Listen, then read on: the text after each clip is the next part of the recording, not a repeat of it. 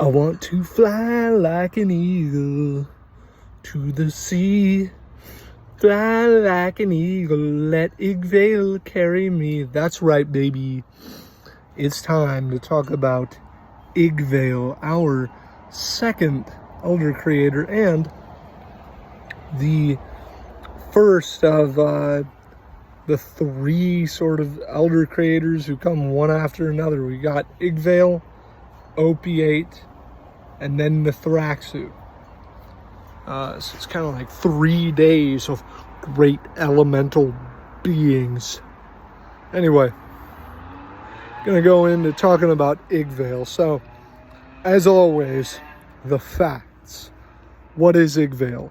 Igvale is an elder creator. Oh, that's my cat right there. Look at him go. But this is not a video about Shy. But Igvale is an elder creator. It is the elder creator of air, of sky. It is those things. It is air and sky. It is oxygen. It breathes the life into people. In that way, it almost has a connection to Damar. Gives people the ability to breathe, to be able to bring Igvale into themselves and survive through that. So there's that life-giving aspect. I almost always interpret in a sort of Hebrew fashion or a Jewish fashion. You know, there's that, I forget exactly where it is, but there's that wonderful quote in the Bible of God breathing life into people. And of course it's poetic, but you can take that almost literally with Igvale. So what else? You know, it is the divinity of eagles, of birds. So those are of Igvale's protectorate. Those are holy to Igvale, and it values those things, and so its followers respect them, looking up to the birds in the sky and trying to live like them, being free of encumbrances, being open, being able to go where they please and to understand things as they see them and as they learn about them, not as they hear about them from others. Because when the sky is open and when you believe you can go anywhere, when you believe you have the freedom to have whatever experiences are possible, it does not make sense. It would seem unethical to you to accept somebody describing something to you when you know you could experience it.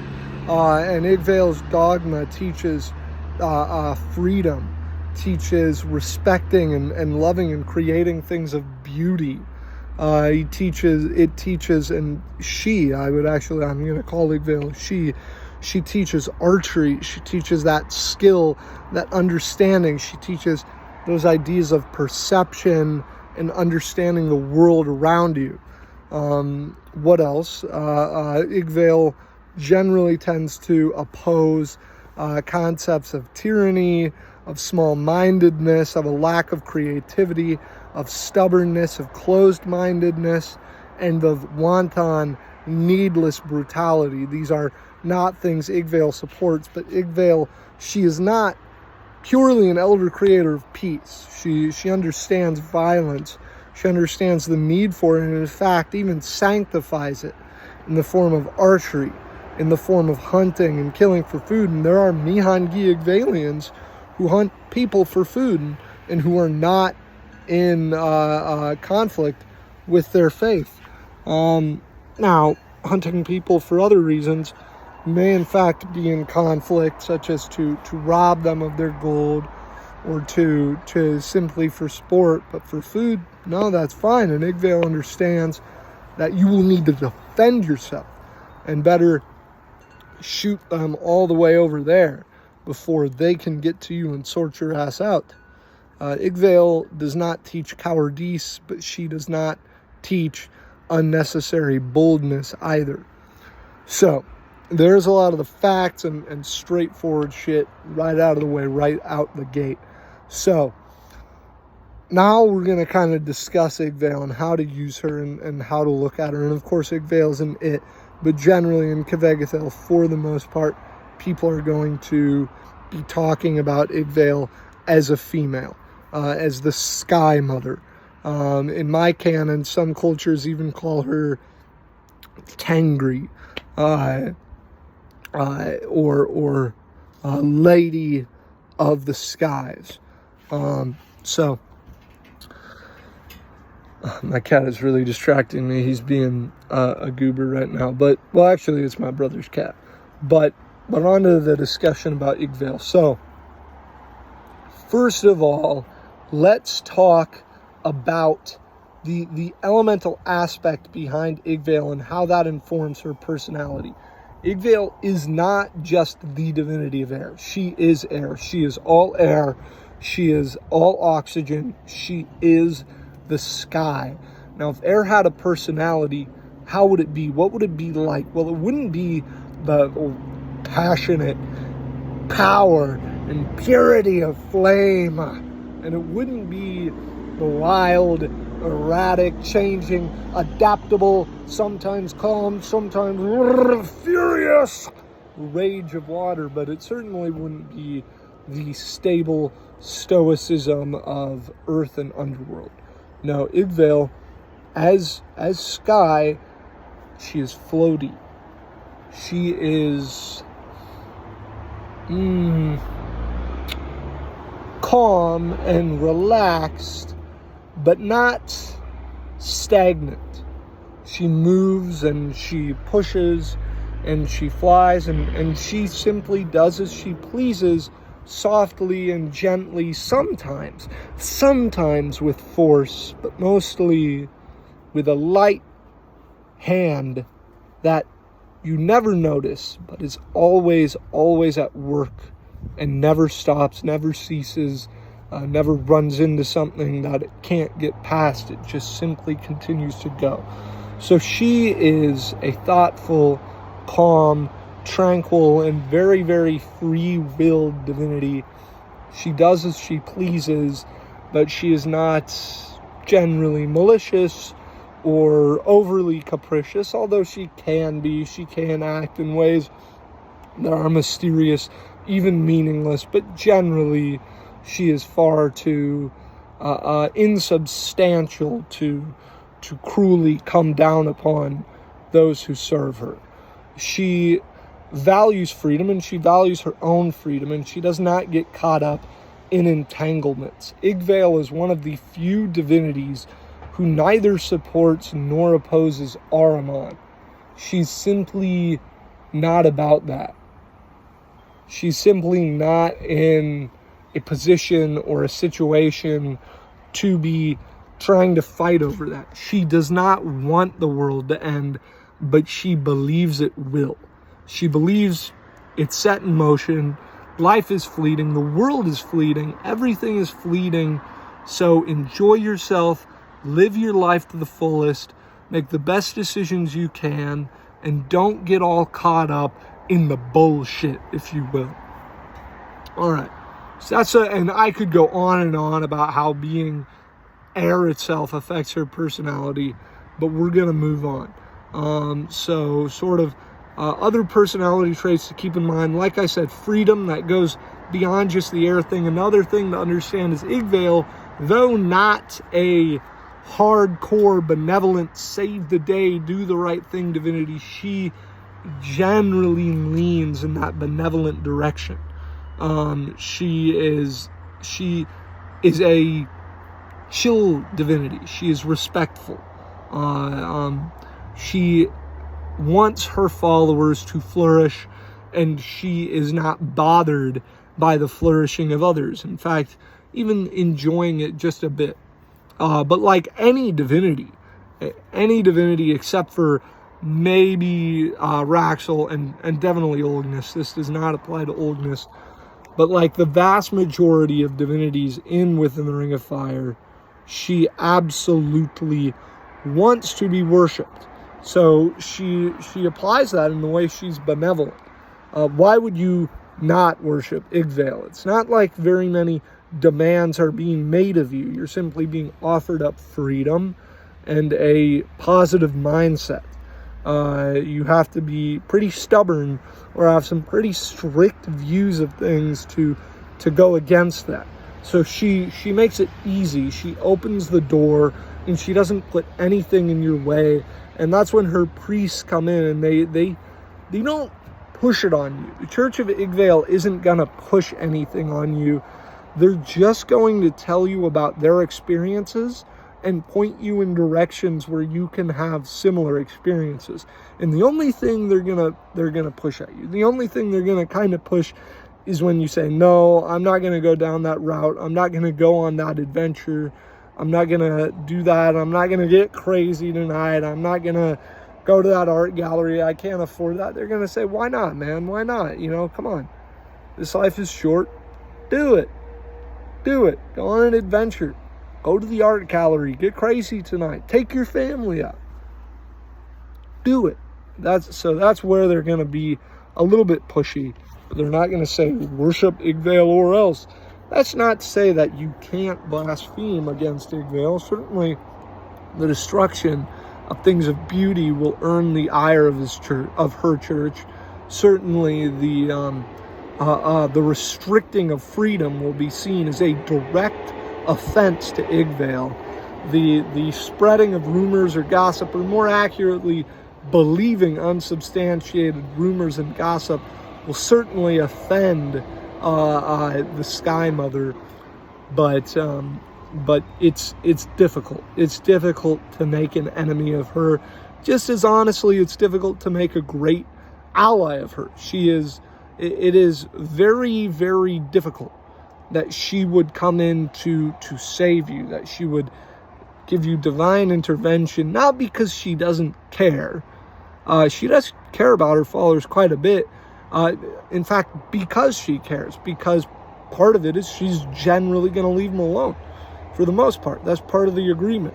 You know, that's part of having faith in her, that you are going to have a divinity who's going to facilitate your ability to live your life on your own terms, in your own way, without anything being pushed upon you. So, that's personality. Now, talking about Igvale's agenda, this is where it's a bit difficult, a bit complicated to go into, because every divinity has an agenda, but sometimes it's not in the literal sense. They don't consciously, they're not like, this is my agenda, this is what I want. Sometimes agenda has a more abstract meaning. So what does Igvale want? What is Igvale going for? Well, simply put, Igvale wants to be kept out of the wild warfare in politics, and wants as many people who wish to be kept out of it to be kept out of it as well. Igvale wants to protect her followers from the pushiness and from the tyranny of the Court of Order, as well as the wild call to actions of the Court of Freedom and the vile, destructive politics of the Court of Darkness, and really any court. She wants people to be able to live, and so she's trying to act in the world on that. She's giving whispers.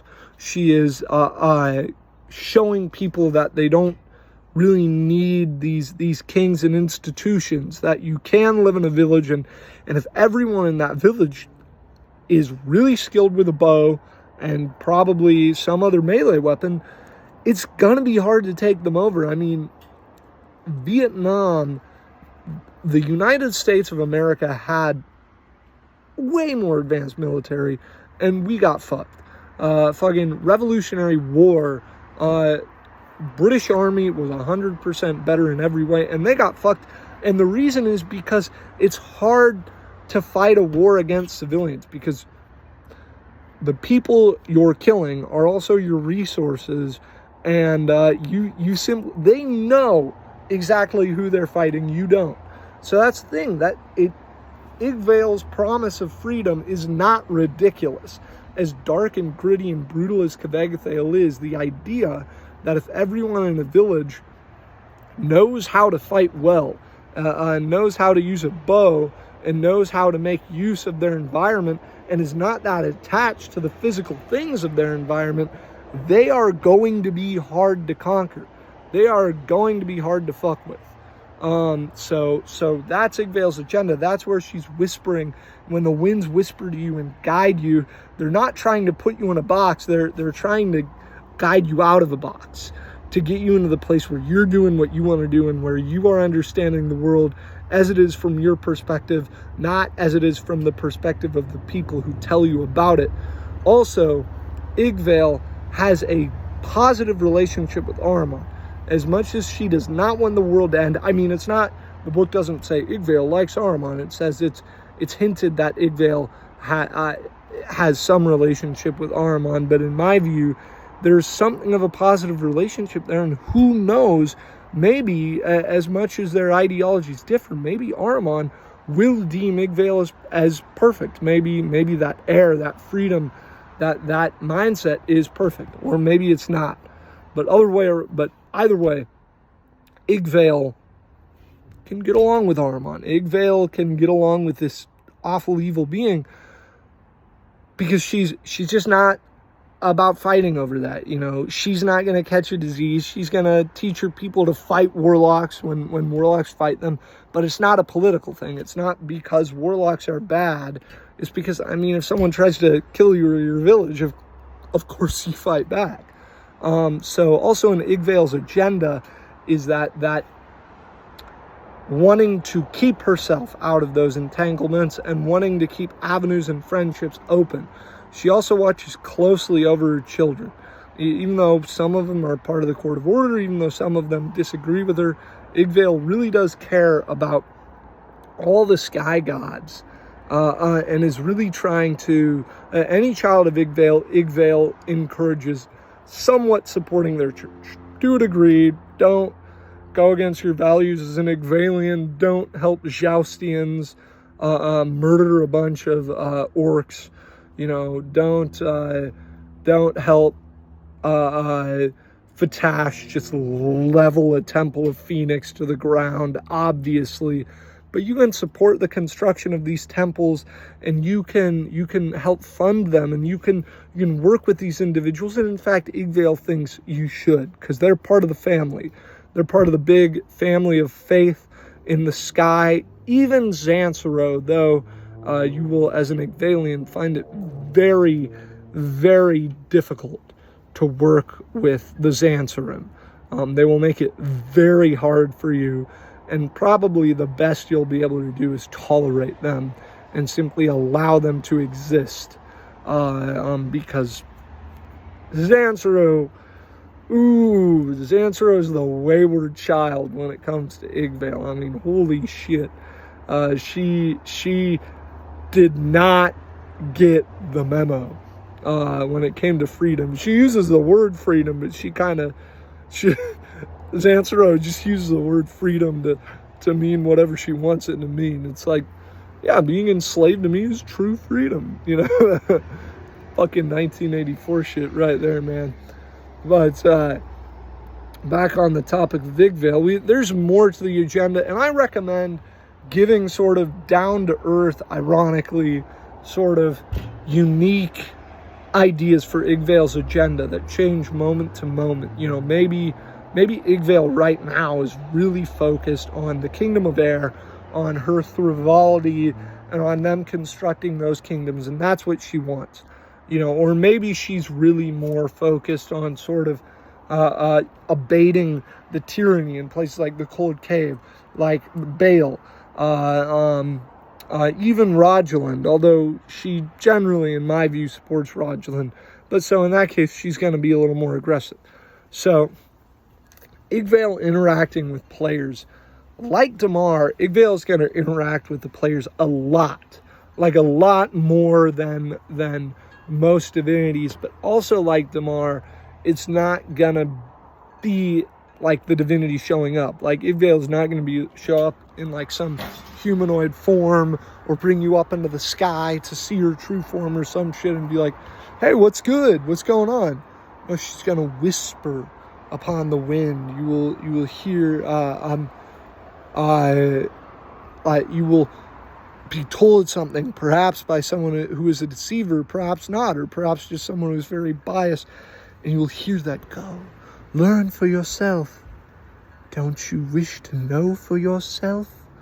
Don't you wish to be free to make your own conclusions? As you'll hear that whispered upon the wind, or even just your name, and you'll feel a direction, not forced, never controlled, never a great compulsion, but just a suggestion, just this whispering of your name, and this idea of, man, I wonder what's up north. Let's go see, or man, I wonder what's up north. Actually, Igvale, I kind of want to go west, if that's good with you. And it is good with Igvale. Igvale gives lots of suggestions, but she very rarely makes demands. She makes more suggestions than almost any other divinity, but almost no demands, unless you're really, if you're like, I'm going to join, the Vaigish military, Igvale may whisper upon the wind. My child, what the fuck are you doing? No, obviously not like that, but you get the vibe, and generally Igvale's going to communicate through subtleties. You're going to get lots and lots of omens from Igvale, but very little direct interactions. But lots of omens, and she might appear to you as a bird, and she might, in that case, she might be like, I am Igvale, your elder creator, your lady of the skies, the one to whom you have entrusted your faith, and I have guided you up upon this mountain, and you can look upon the sky and know the truth, for I am there, and I will always be there in that sky, and I shall always provide you the freedom, but I have nothing else to give. I do not have powers or riches to, and she'll go into that and enlighten you, and you'll be like, oh fuck, I came here for riches, and first I was mad that I didn't have anything, but holy shit, now I'm free. I can do what I want. I can go where I want. I know how to do that. I have the power to do that now in Kavagathale of all places. That's fantastic. So now, protagonist, antagonist, background force.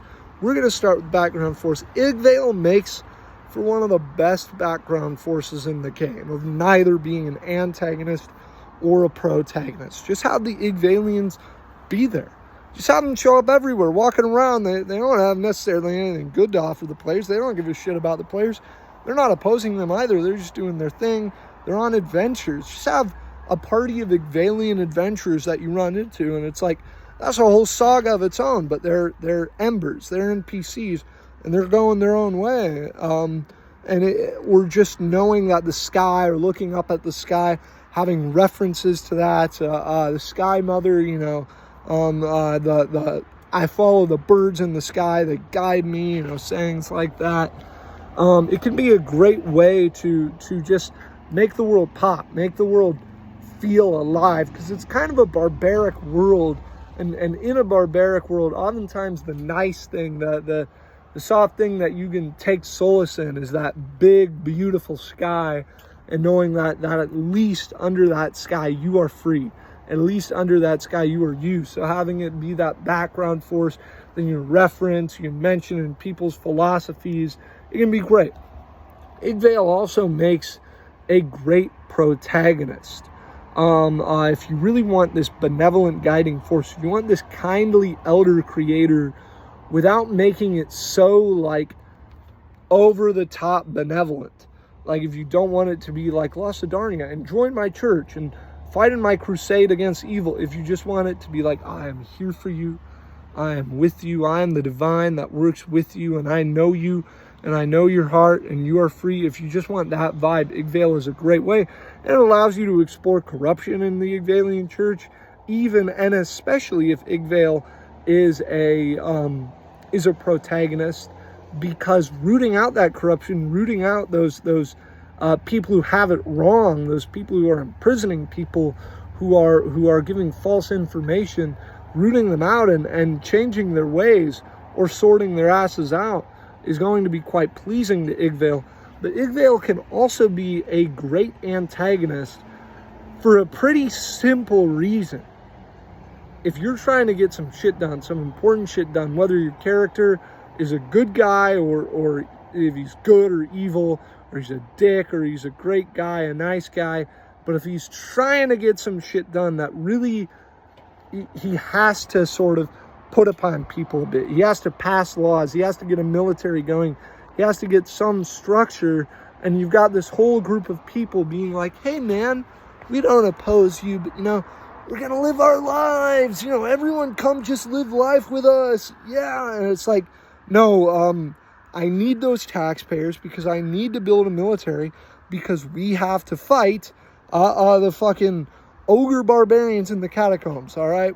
Like, they're civilian warriors just like you. You can't make that argument here, and they're big, strong brutes. We need people to fall in line, and that can become a thing where you have to be like, you know what, fuck it. And you have to go and put upon these people. You have to grab them. You have to say, you're paying taxes. You're not just going out and living your life, man, and being nomadic. You live here. I'm forcing you to do this, especially if your character's more evil.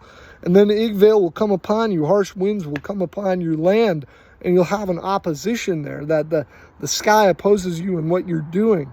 Or you are a warrior, and an Igvalean Mihan Gi tried to kill you, tried to hunt you, and you sorted him out. You killed him, but Igvale decided that she was on his side, not your side, because you're a Tehulian, or you're a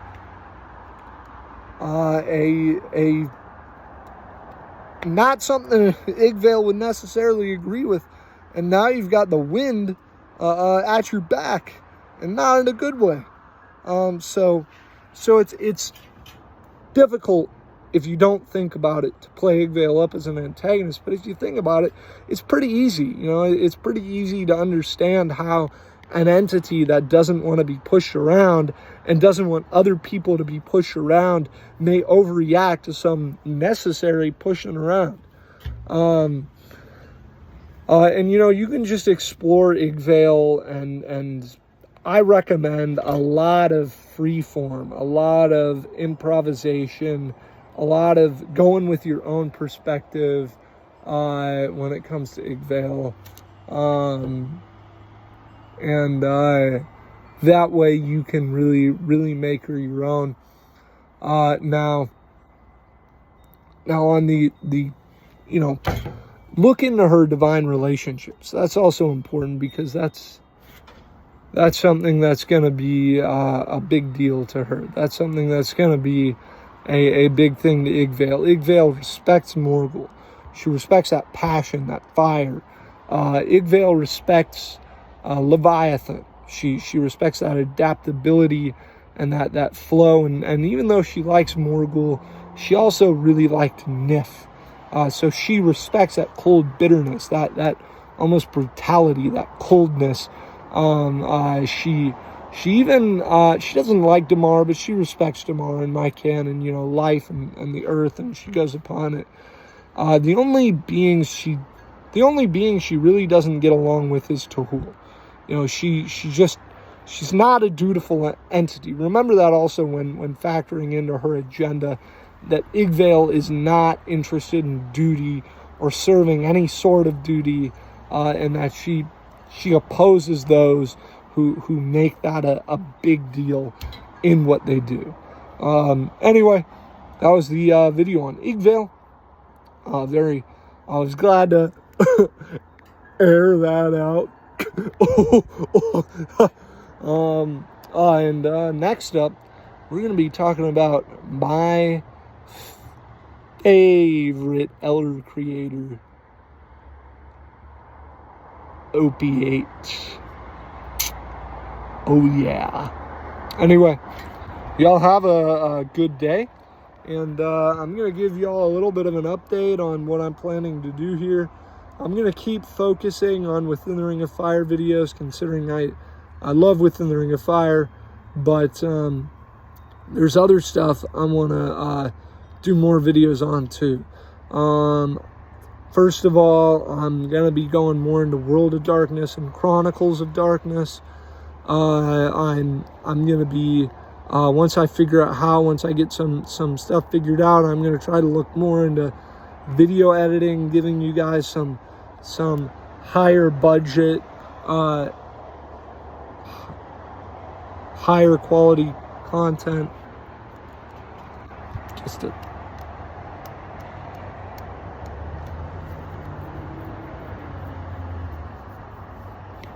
Fuck, sorry about that. My headset was dumb. But looking into giving you guys some higher quality, higher budget content and whatnot. Looking into, I'm also gonna be figuring out how to do it, and I plan on streaming some Mountain Blade. So I'm gonna be doing all that. And also, I just want to point out, anyone on YouTube doing Within the Ring of Fire games, doing deep immersive role playing, I really support you. Honestly, I would love to have the opportunity to hang out with some guys like that. I don't want to sound too baggy, too needy here. It's not a big deal, but just, fuck, if you guys are open just to talk, just to hang out with some like-minded folks, would be pretty fucking badass. So yeah, that's just some announcements, some of what I'm going in for. Also, post stuff in the comments, anything you'd like to see, any sort of interesting ideas you have, and I'll consider making videos on stuff like that. Anyway, God bless and goodbye.